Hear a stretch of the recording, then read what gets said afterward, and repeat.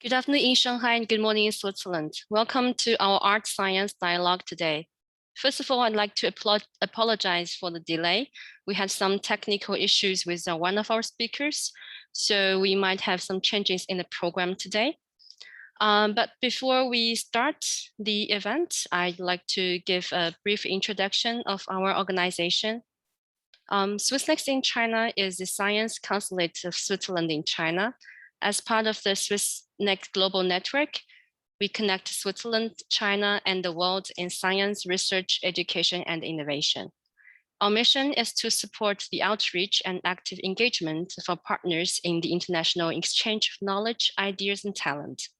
The 6 main SwissNext locations are established in some of the world's most innovative regions: Boston, Brazil, China, India, Japan, and San Francisco. SwissNext is an initiative of the State Secretariat for Education, Research, and Innovation of Switzerland, and is part of the Swiss Confederation's network abroad, managed by the Federal Department of Foreign Affairs. The webinar today is part of our Art Science Dialogues initiated in 2020. This series not only presents artistic projects, which scientists and research engineers are deeply involved in, but also looks into new initiatives and trends. Through the dialogues between artists, scientists, and curators, we try to stimulate the exchange of ideas between the two different worlds and explore opportunities for collaborations. And today, we've invited Ms. Iris Leung, writer, curator, and researcher at Central Academy of Fine Arts. She will give us her insights and experience in art science collaboration. And if everything goes well, we will also have another speaker from Zurich University of the Arts. She is the head of Artists in Labs program. Since she's having some technical problem at the moment, we will have Iris first as our speaker. Let's welcome Iris.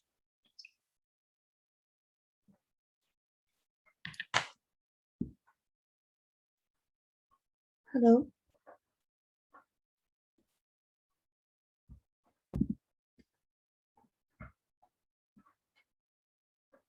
Can you hear me?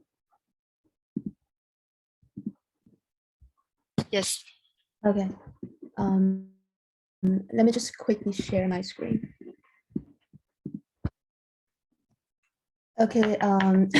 So thanks for the invitation from SwissNext Shanghai, and while we are here waiting for Irene for the to figure out the technical issues. I may just give a introduction of a recent project that I did this year at the intersection of art, science, and technology. So basically the following presentation will be kind of an expanded version of a 5-minute presentation that I initially prepared for this panel. So forgive me if it's not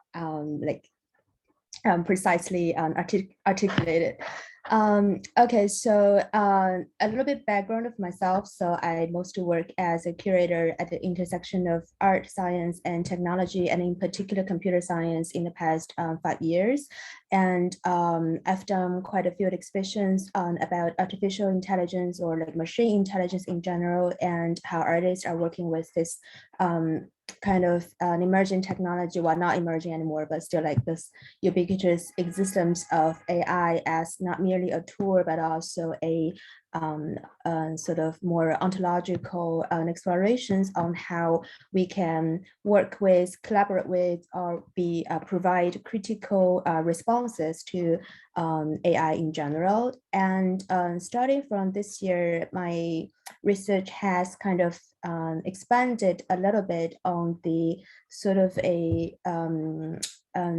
ecological studies of art, science, and technology, or in more precise terms, how the landscape of institutional practices on the intersection of art, science, and technology looks like today, like on a global scale. So, and also like in particular, because I'm quite aware of my like Chinese nationality, and the artists I work with are also mostly composed of like Chinese artists. So I also care a lot about like how Chinese artists from this scope, like how they look at the current situation of interdisciplinary studies nowadays. So the project I'm going to share with you today is called Blue Cable's Invitation Water Course, and is part of the emerging curator program at the Power Station in Shanghai. So it was a half-year research and online exhibition project through which we conducted a study of the landscape of AST through the case studies of 11 different Chinese artists working across the globe, involved in all kinds of AST programs, either residencies or incubations or commercial commission projects. So that's kind of the context. And it kind of started with an observation that the team that we had for quite some time, which is that we somehow we tend to take a lot of metaphors from the science and technology world. And that may literally going back to the 1970s when the biolabs were playing such a significant role in terms of supporting or bringing together engineers and artists to work together on tremendous scale to realize one specific project. For example, for the night evenings, I guess everyone is quite familiar with this event. So, but I think it's quite interesting that in one of the report, the author explained that the events which gathered 10 artists and 30 engineers, which attracted more than 10,000 audiences, actually consumed 8,500 working hours from biolabs. So working hour as a term to evaluate one's the cost of time and energy or development cost is still relevant today. So thinking about today, even for Google or this kind of big tech giants, how is it even possible for a singular artistic project to quote unquote consume this amount of working hours from the tech giants? It's quite unimaginable today. And also another perspective is I participated in one of the kind of informal discussion, internal discussion with curators who are working on AST. And it was mentioned that only 14 out of more than 100 incubated art and tech projects at the LACMA, the famous LACMA Art and Tech Lab, were considered successful, but are not in the terms celebrating the successful projects, but they were quite cautious that how would you define a AST project as successful during a usually quite limited amount of production time, and also the tremendous sort of knowledge or experience exchanges taking place in that particular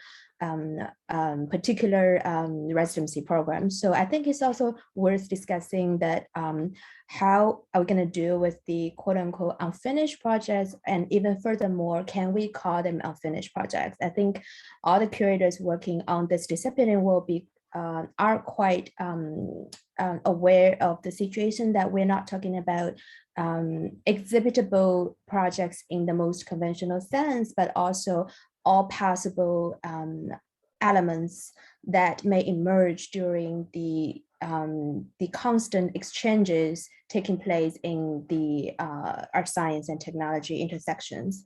And also, of course, we take all these kind of metaphors for us to understand why we are employing the models from a quote unquote different kind of practice. So we establish labs in universities and also in art institutions. And we have an incubator, most famously the New Ink at the New Museum in New York. And also in recent years, we have Serpentine Galleries, which is adopting the term R&D, and also the advanced technology, the description of advanced technology in the research within that institution. So we take a lot of metaphors from the science and tech world, and that's the kind of the current situation, how we kind of frame our research or discipline. And also, I guess one relevant situation is that either we call it interdisciplinary or transdisciplinary or cross-disciplinary, or such as the Media Lab will call it anti-disciplinary. we are talking about a group of artists who seem to be in a quite promising situation right now. Like, for example, we think that they can apply for numerous residency opportunities provided by science research institutions or like tech companies, or they can acquire the research or R&D resources from all kinds of open source software communities, or they can just merely outsource a programmer to do whatever they want to do for the particular projects. They can present the works in all kinds of AST venues across the globe, including museums which have the direction on art and tech, such as the LACMA or the Serpentine galleries, or they can present the work in a more dedicated, in the institutions that are dedicated to the intersection of AST. So like, for example, ZKM or V2, or this kind of more specific AST institutions. But despite that, we seem to be in a quite good time for this kind of collaborations and kind of global ecology of AST. I guess there are still some blind spots and also like unclosed sections on the chains of, if we consider interdisciplinary art practice as a chain or a full circle, I guess there may still are some points that are worth further investigation. So for this, the Blue Cables project, what we did is we put quite some attention and also like care about how in detail, like how exactly did a inter or trans or cross or the anti-disciplinary artists actually experienced in the specific projects. So we did case studies with because this project is merely taking a perspective from Chinese artists, so all the interviewees are from China, but they work in New York or they work in the Europe or Japan or anywhere in the world. So, like for example, like we have artists who are commenting about the pros and cons of using the venture capital model to incubate art projects or art and design projects in a museum setting, or we have artists who are giving feedbacks about the projects receiving funding from, for example, like SpaceX or Hyundai or Google.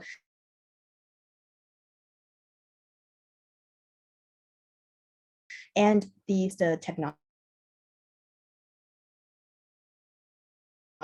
of such companies in institution at both the BAD Award and also the Symbiotica in Australia. And she talked a lot about the role swapping in such programs. So like, for example, like she kind of navigates between what she called like technical ignorant perspective and also being a professional artist. And it was quite a strong and intense psychological process working within a biology lab and having communication with biologists on a daily basis. And she reflects a lot on the sort of the dynamics of and like the different disciplines, and also the relationship, the actual relationship between the artists and scientists. Like, for example, if they are working together for a project, sometimes artists are kind of downgraded as merely doing the visual communication for scientific knowledges, but also it could be oppositely, the scientist may just appear as invisible in the credit system that an art project usually takes shape. So, which both are not the ideal relationship, but I guess a lot of artists are quite aware that we are trying to tackle on or trying to arrive at a more organic or healthy way of either knowledge structure or power structure of art and science collaboration. So that's kind of the details, and also more importantly, psychological process that we hope to gather from case studies and interviews with artists who were actually involved in those programs. Because reading from the, for example, official websites, you may only get one kind of like the official perspective, but I guess by interviewing both the artists and also people who are from the institutional point of view, we can get a more complex and maybe like less unified voice, but maybe more vivid and more diverse, and may provide more sort of in-depth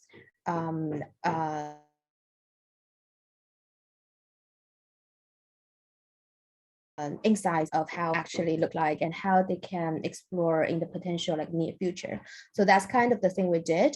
And for the showcase, we kind of took two sides. So the first one is we did an online exhibition, which is basically we showcased the work in progress studies of our research. And this is like a long project. So we anticipate to publish the whole like interview and everything next year. But for as a work in progress, we did online exhibition. And also during the 2 months of time, we also did an online residency with 17 groups of artists, Chinese artists on different disciplines. And this is more of an experimental field. So it's like the next step of like after we did the research on the different institutions and artists, we hope to design our own version, a little testimonial of an interesting online model of how artists can work with different kind of either engineers or scientists, and they can work interdisciplinarily and how they can explore. So that's kind of the the thing. And this is the, oh, I see Irene. Okay, so yeah. Oh, welcome. Okay. Oh, now I can speed up. Okay, so yeah, we did a bit of like prototyping, and these are the list of the institutions that we investigated and interviewed. And we also paid quite some attention on how to present the research materials or quote unquote unfinished work in the exhibition, because usually, like for example, in 2 months of time as a residency, you can't, like force an artist to create or finish an artwork in the conventional exhibitable sense.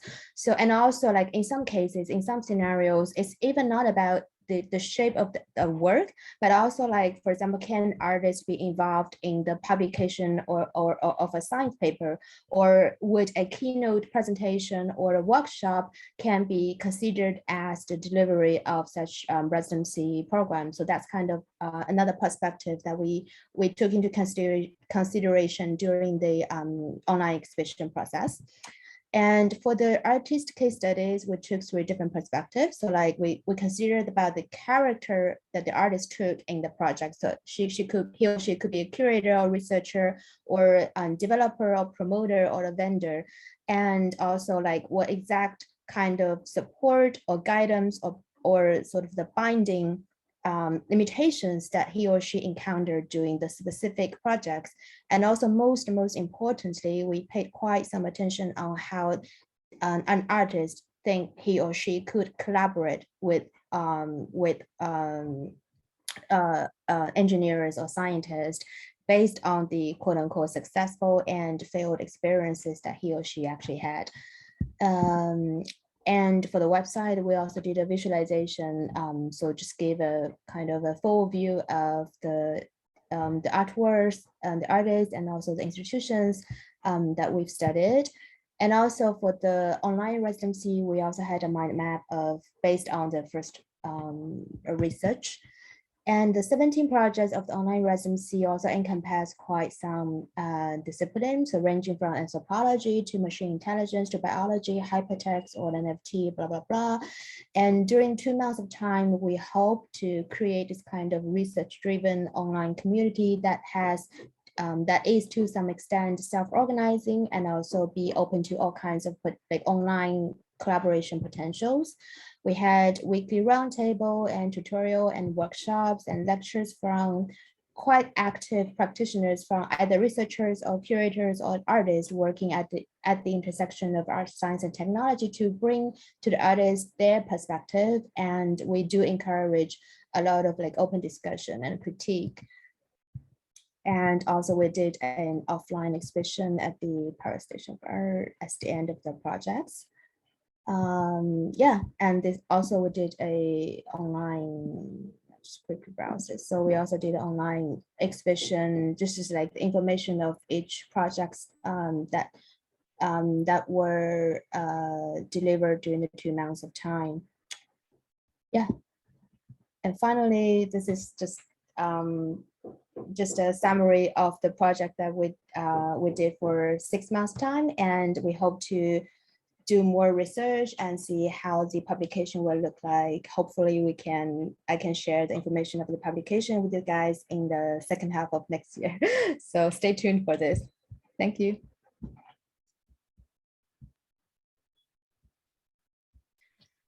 Thank you, Iris, for your great presentation. And I think your research has a lot to do with Swiss artists and designers and also research labs. And now we have Ms. Irene Hediger. She is the head of the Artists in Labs programs and is based in Zurich University of the Arts. Let's welcome Irene. Thank you very much, Sissi, and thank you very much, SwissNext. And I'm really sorry that I had these technical problems and I couldn't join before. Sissi, thank you very much for helping out on this. Now, I hope everybody can hear me. And I would really like to thank also to have this opportunity to actually to present the Artists in Labs program. And what we do is like one of the organizations that now was just presented of bringing artists and scientists together to really to explore questions of our contemporary world and challenge also the disciplinary comfort zones and tackle and hopefully shape the present and the future together. I can obviously only browse over what is a very complex and interesting practice in this very short time of our presentation, but we will have, of course, time to answer questions during the discussion. Now I will share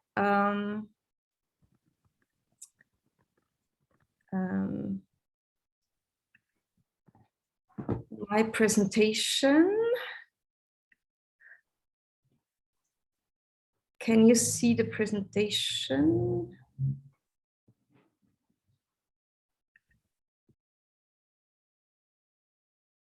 Can one see the presentation? Can I just have a quick? Yes, okay, excellent.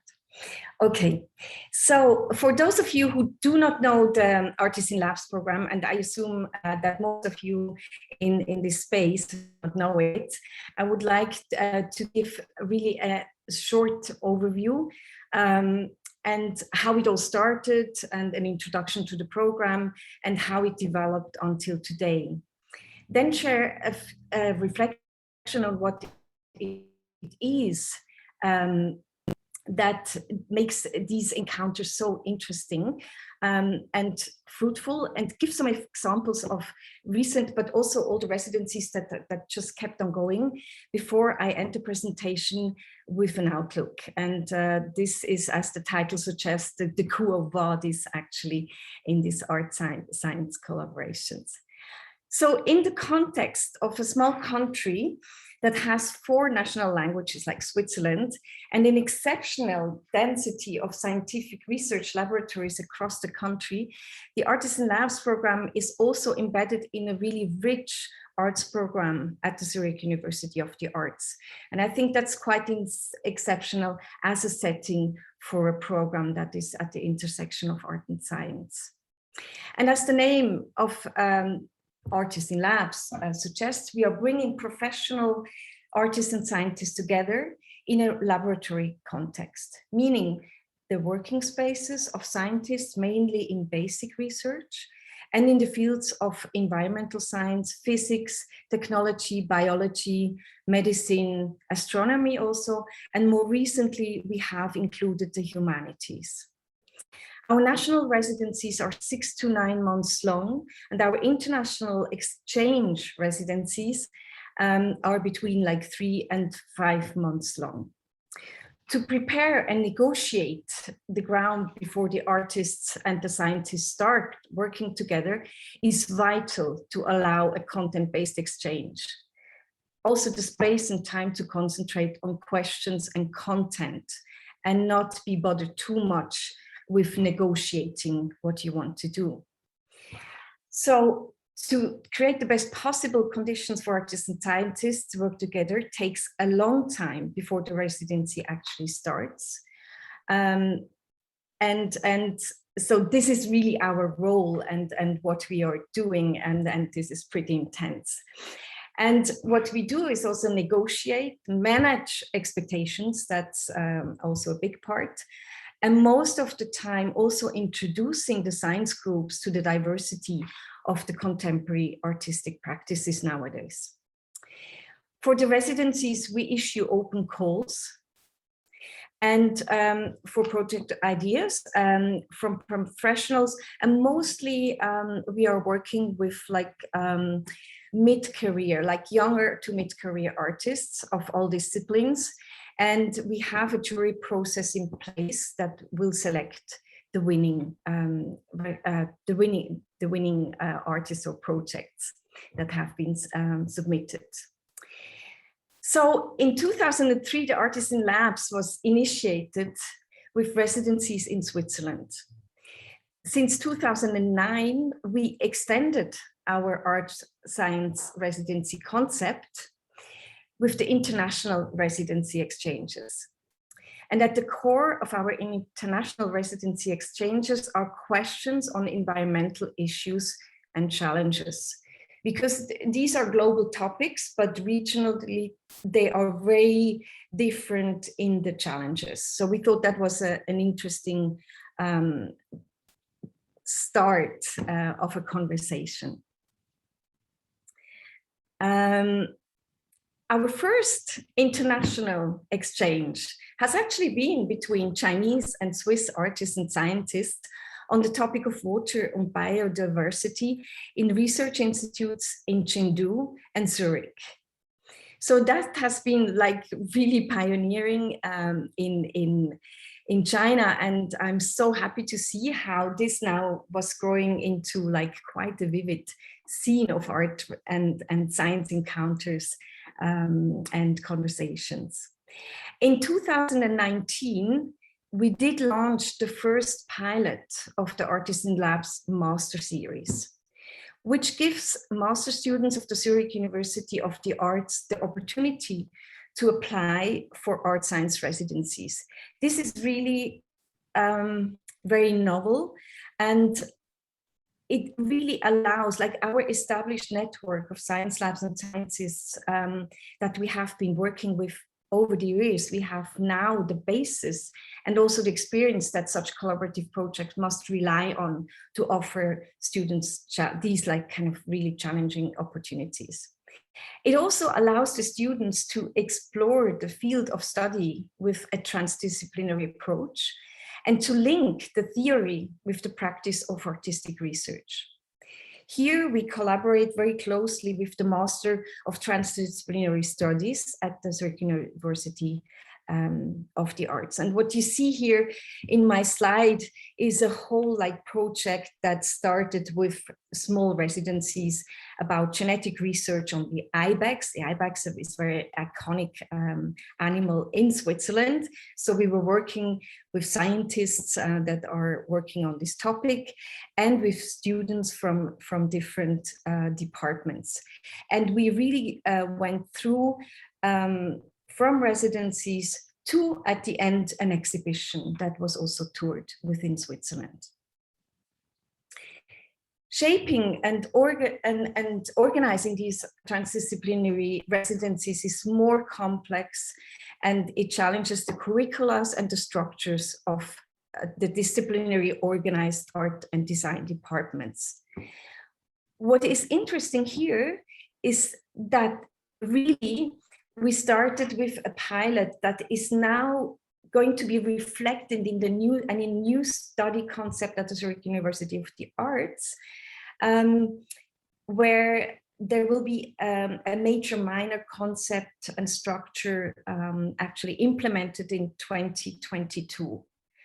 So this is really the start of like a minor kind of setting, and it allows students to be much more flexible and focused with their projects and their questions they're interested in.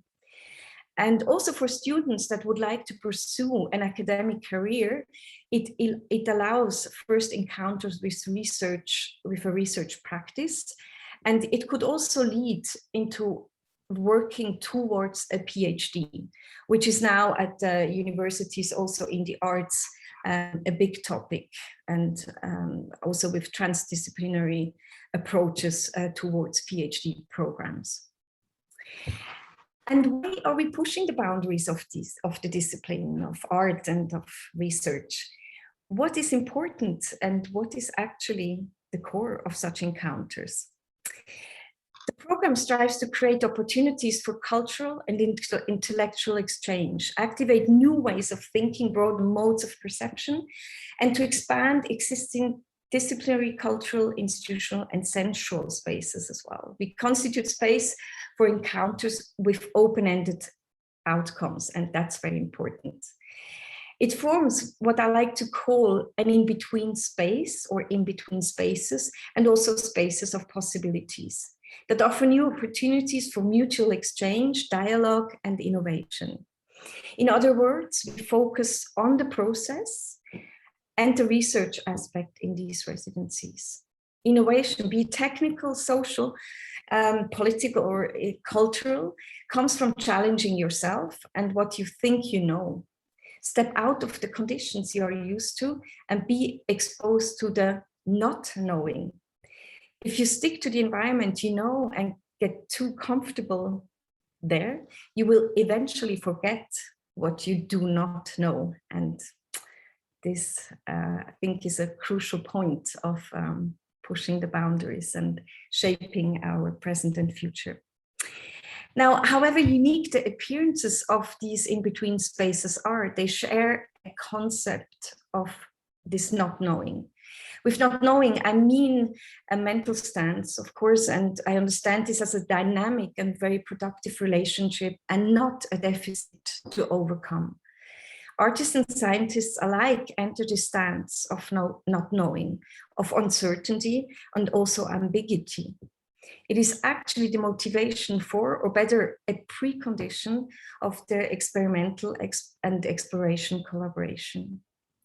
They do not cast aside their identity or artistic or scientific disciplines. Much more, they create a space of possibility in the field of tension that arises from the confrontation between their respective disciplinary knowledge and their cultural and social context. It is always an endeavor with an unpredictable outcome. When artists and scientists collaborate, two people from entirely distinct professional territories with different disciplinary requirements and expertise come together. What links them is the reciprocal interest in new experiences, and also the willingness to accept the difficulties inherent in the confrontation with the unknown. And to see things through each other's eyes and be really critically engaged with each other. They also share the desire for new social relationships. I find the notion of relationship vital in this context, just like in any professional, intercultural, but also in any romantic relationship, the willingness to open up and listen to one another and really listen to one another is key factor in its success.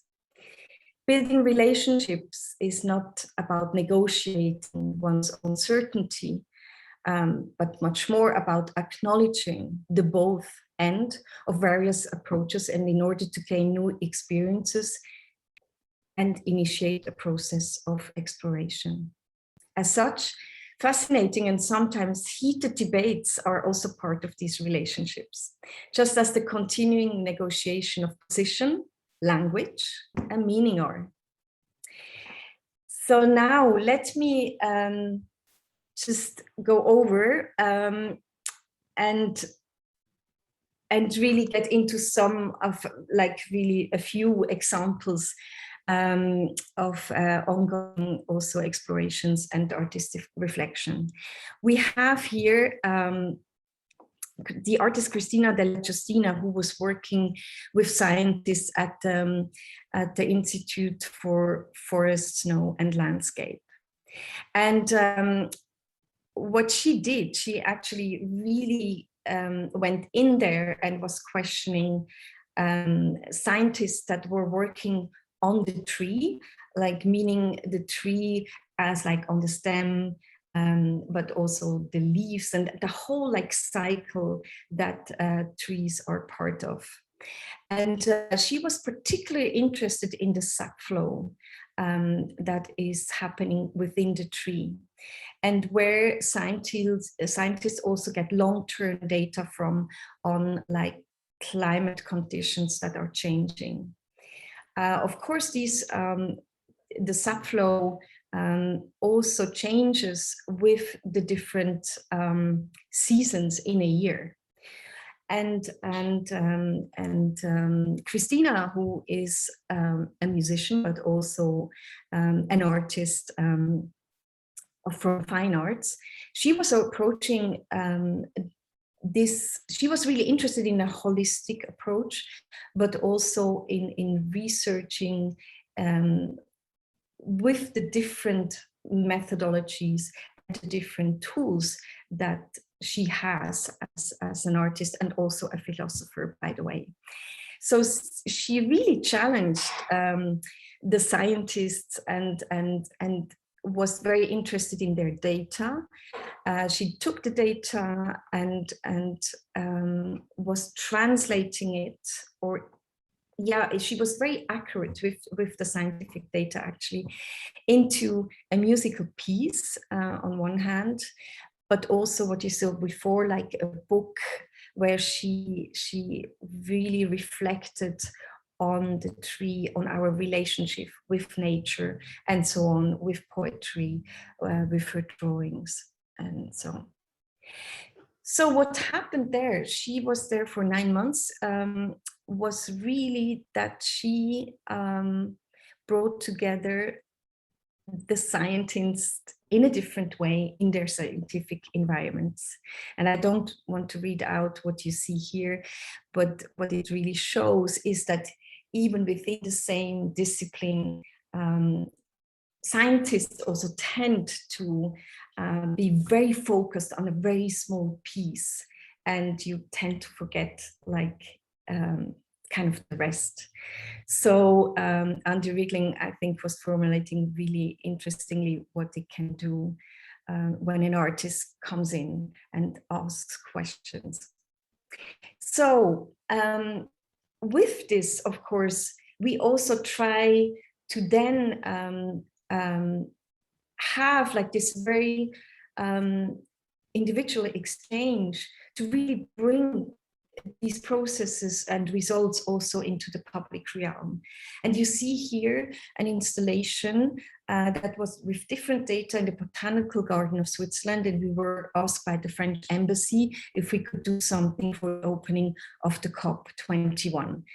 And it just triggered interesting conversations that were then happening outside, but based on the data and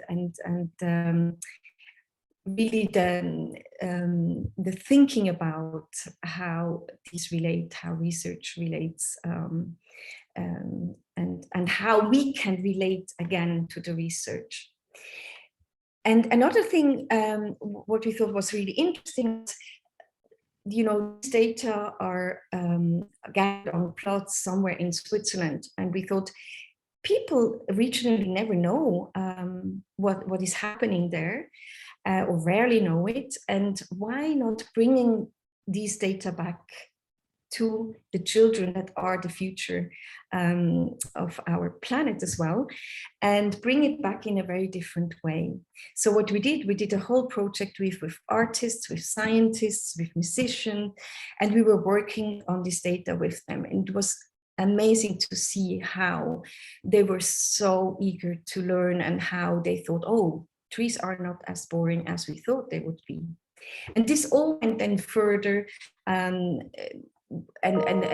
really challenged also the the children to perform and to really be very much indulged in actually scientific data in a very creative way. So that's the famous jazz festival Montreux, where they were performing. And this is again an introduction.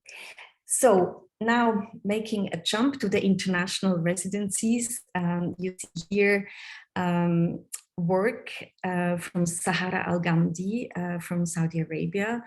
It was the first time she ever went to the mountains, and it was again on the research on climate change in a very, very different environment she was researching in. And she was in the tradition of Richard Long. She was really working, observing the methodologies of the scientists. Another example is Marie Grismar, who was the Swiss artist going to the Red Sea. KAUST University is a big research center, a very interesting one, really working on the reef ecology and reef genomics. And she then went on, this is to show how, you know, how this then evolves to different residencies as well, or can lead to it. So actually, Marie then went to Swissnex in San Francisco, and she just continued her work in this. And where it led her now is having this project together with scientists on reef ecology and reef restoration. So it can really go into different directions. And yes, what I forgot to tell you is Christina Delacrostina actually made a PhD out of her project that she finishes this year. This is why I also took this example. Yeah, so I don't know how long I was speaking so far, but I think, I don't know if this is just an animation where you can see again, like what we are doing is really opening doors and trying to get ideas and the brains of artists and scientists into different fields. And of course, the title plays with what we usually expect as well, that somebody can tell us how predictable the future will be, or what will be in the future. I will obviously also not be able to tell you, but what I think is interesting is to see how this field now evolved, and it really shows that we understand that the challenges of today and tomorrow we will really have to look at from different perspectives and bring those perspectives together, and to have like, you know, not this canonizing of discourses, but really opening up and be prepared for a lot actually. And with this, I think I finished the presentation.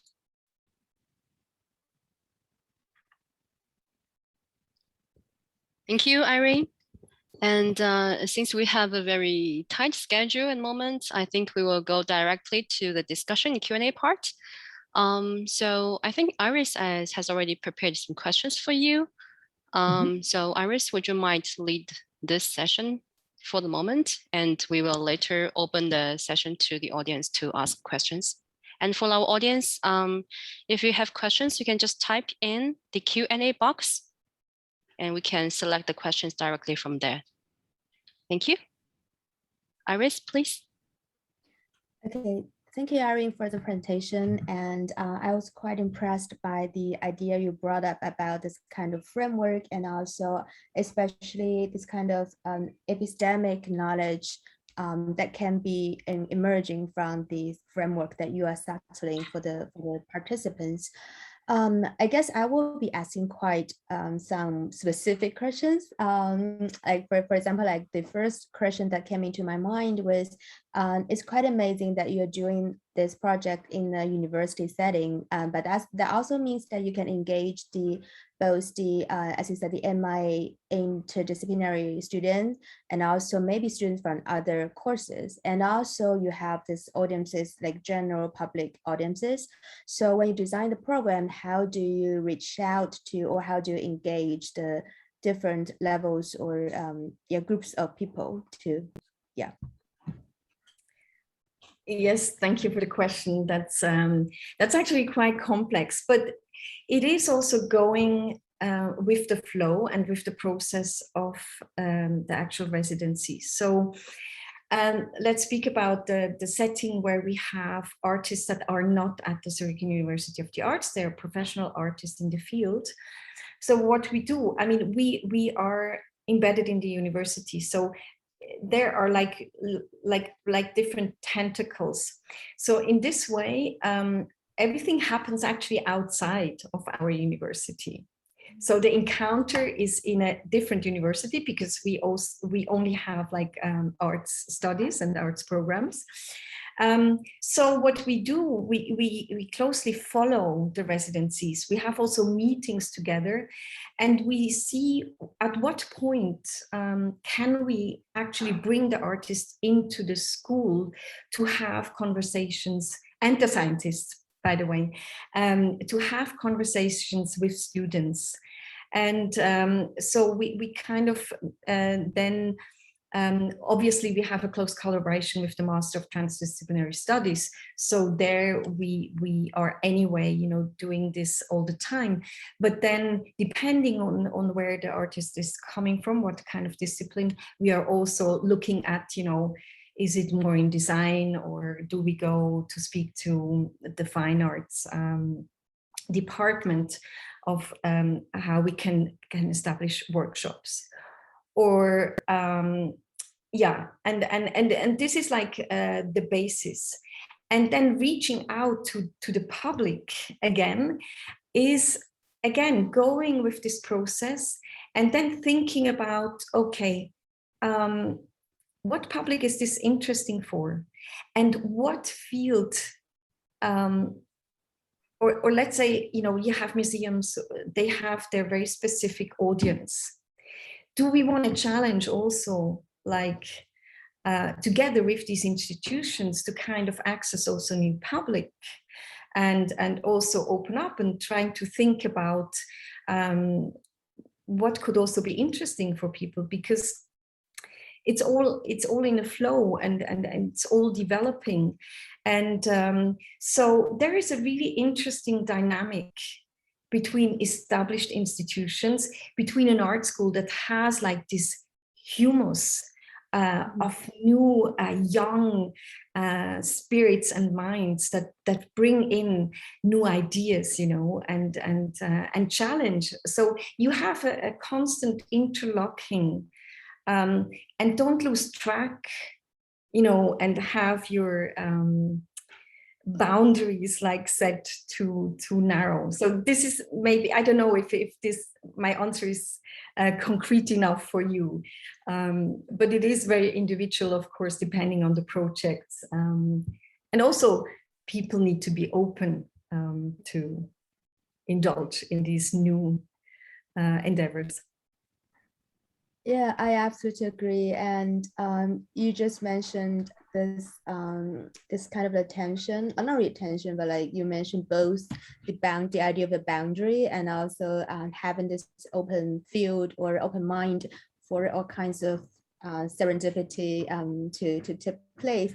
But I guess when it comes to very specific programming, there may needs to be some kind of criteria or how do you say, like, expectations on how the projects may or may not take particular shape in the end. For example, like when I was interviewing the person who was in charge of the residency at the Max Planck Institute, she was quite clear that the output was was for the scientists in the lab. So they were not for like the audiences who are familiar with an exhibition setting, but more of scientists getting to know how the knowledge can be delivered in a more creative way.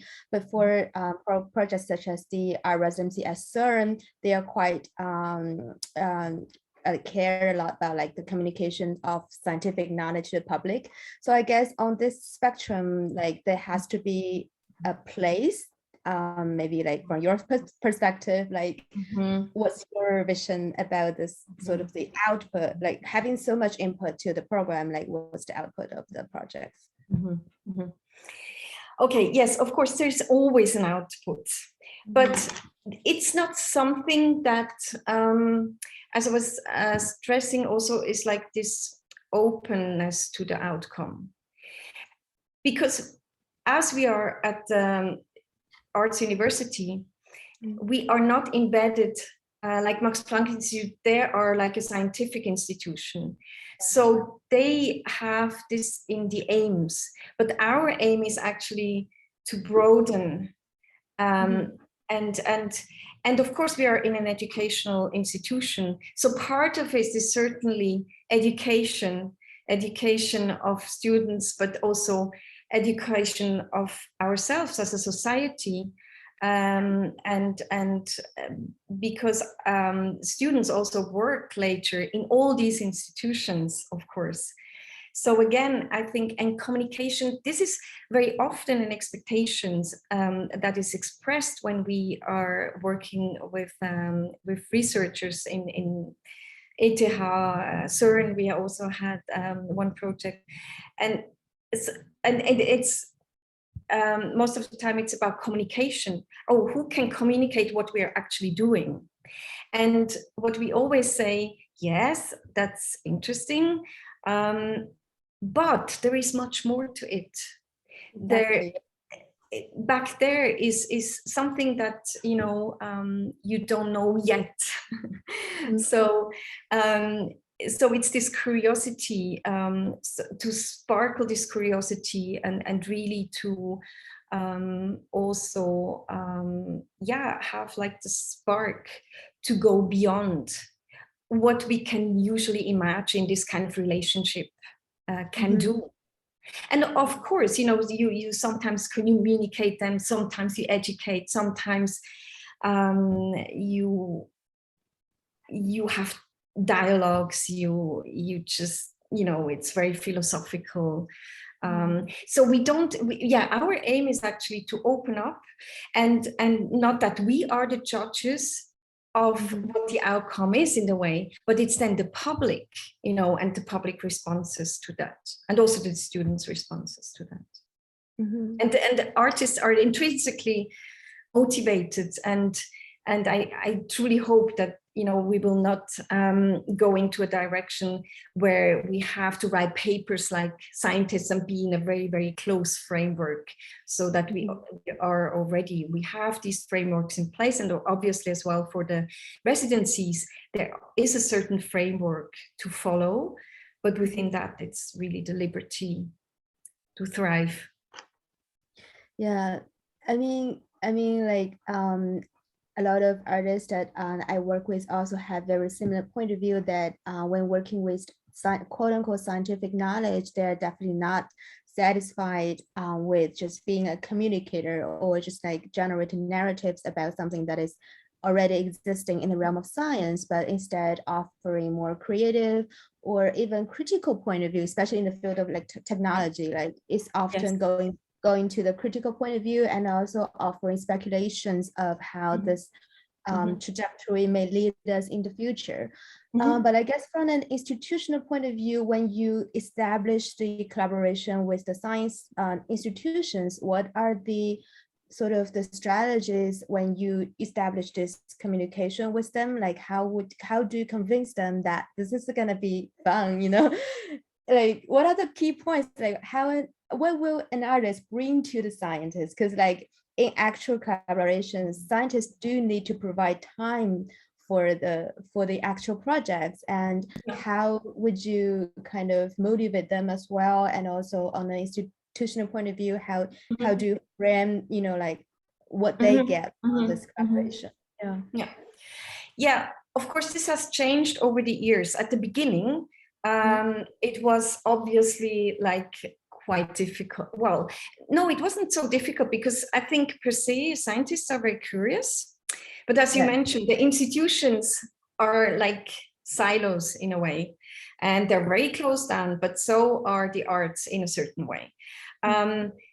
So what helped us really is the Artisan Labs being part of an institution.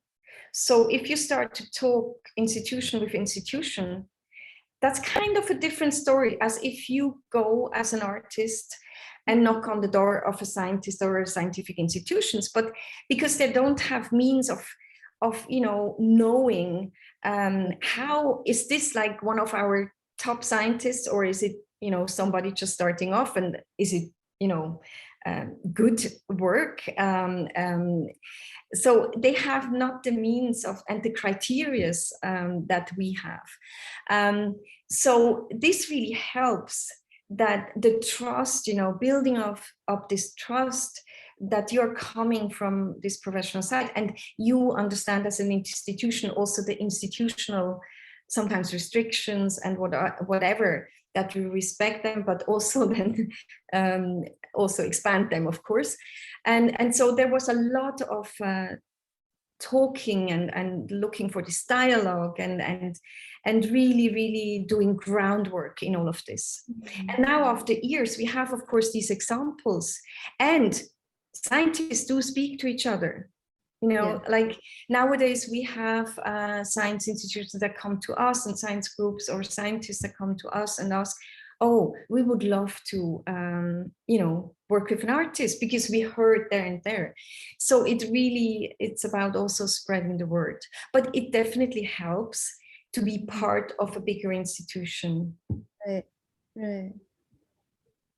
And also, like, for example, I'm just curious, like, for the specific projects, how do you link the artist with the scientist? Is it through the institution, or does the artist find the scientist that he or she wants to work with, and you establish that communication between them? Actually, for a very long time, we did it the other way around. We were first establishing the setting in the science labs, because that was the challenging thing to do. Find the research group, because what we are asking for is really that the artist is like a new collaborator. It's a scientist in its own mission. So they are part of everything. They have access to everything, their contracts and so on. So there's a whole establishing of the settings. But now, as we have this whole network, we also do it the other way around. So sometimes, or more specifically also with the students now, we look, for projects that have to do with their master programs.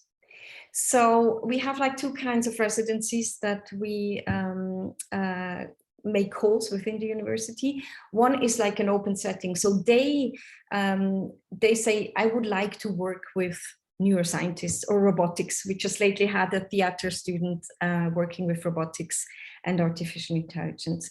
And so then we are looking for the science group that will host this artist.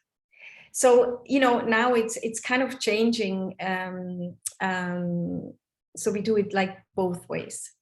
And I guess just one final question, because we are almost out of time. So like, giving, like, we have so much like diverse modes of collaboration, so like individual collaboration, or as you said, like group collaboration with the students as well. So I guess what is your strategy in terms of like trace, archive, and also receiving feedbacks from both the artists and students to maintain the projects in long terms?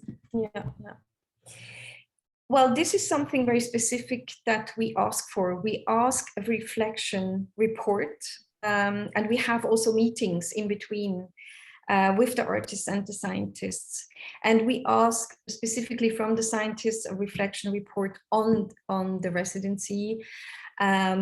we go there towards the end of the residency and interview the scientists and the artists about their collaboration.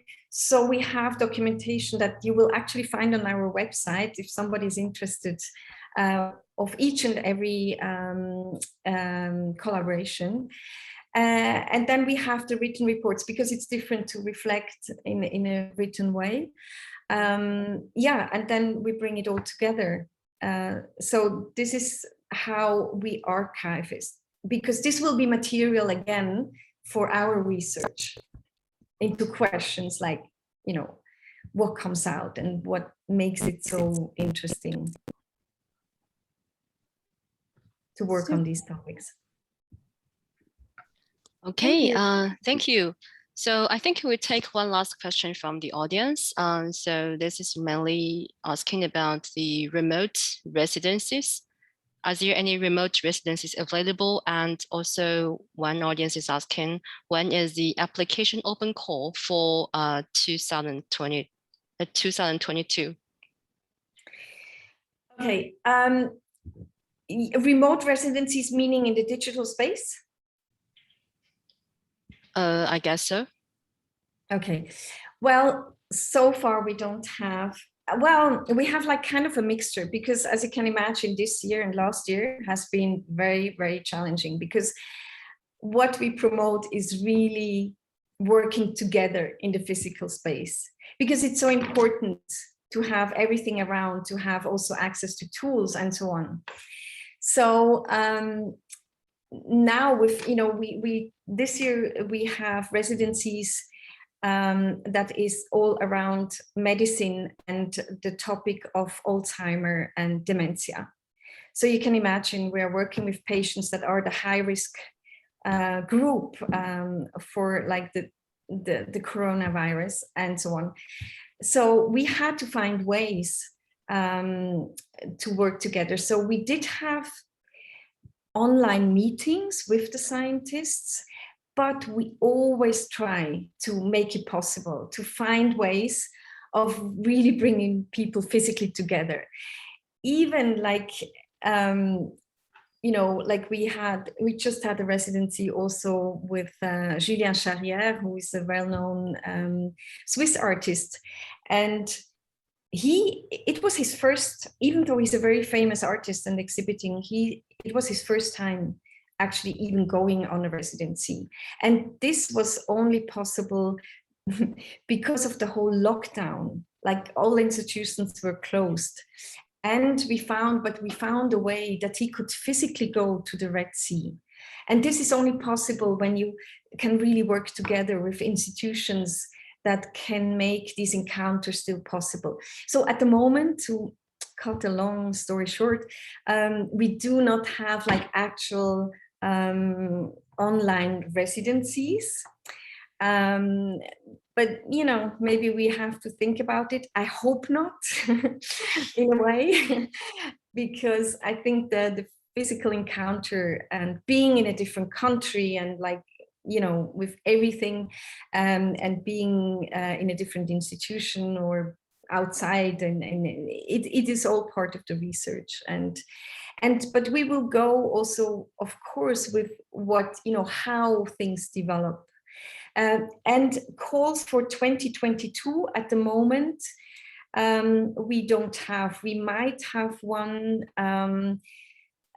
but then it is at the moment, it's more in medicine, which the calls are going more to like countries where the German language is spoken, because working with patients and so on in Switzerland also demands knowing the German language.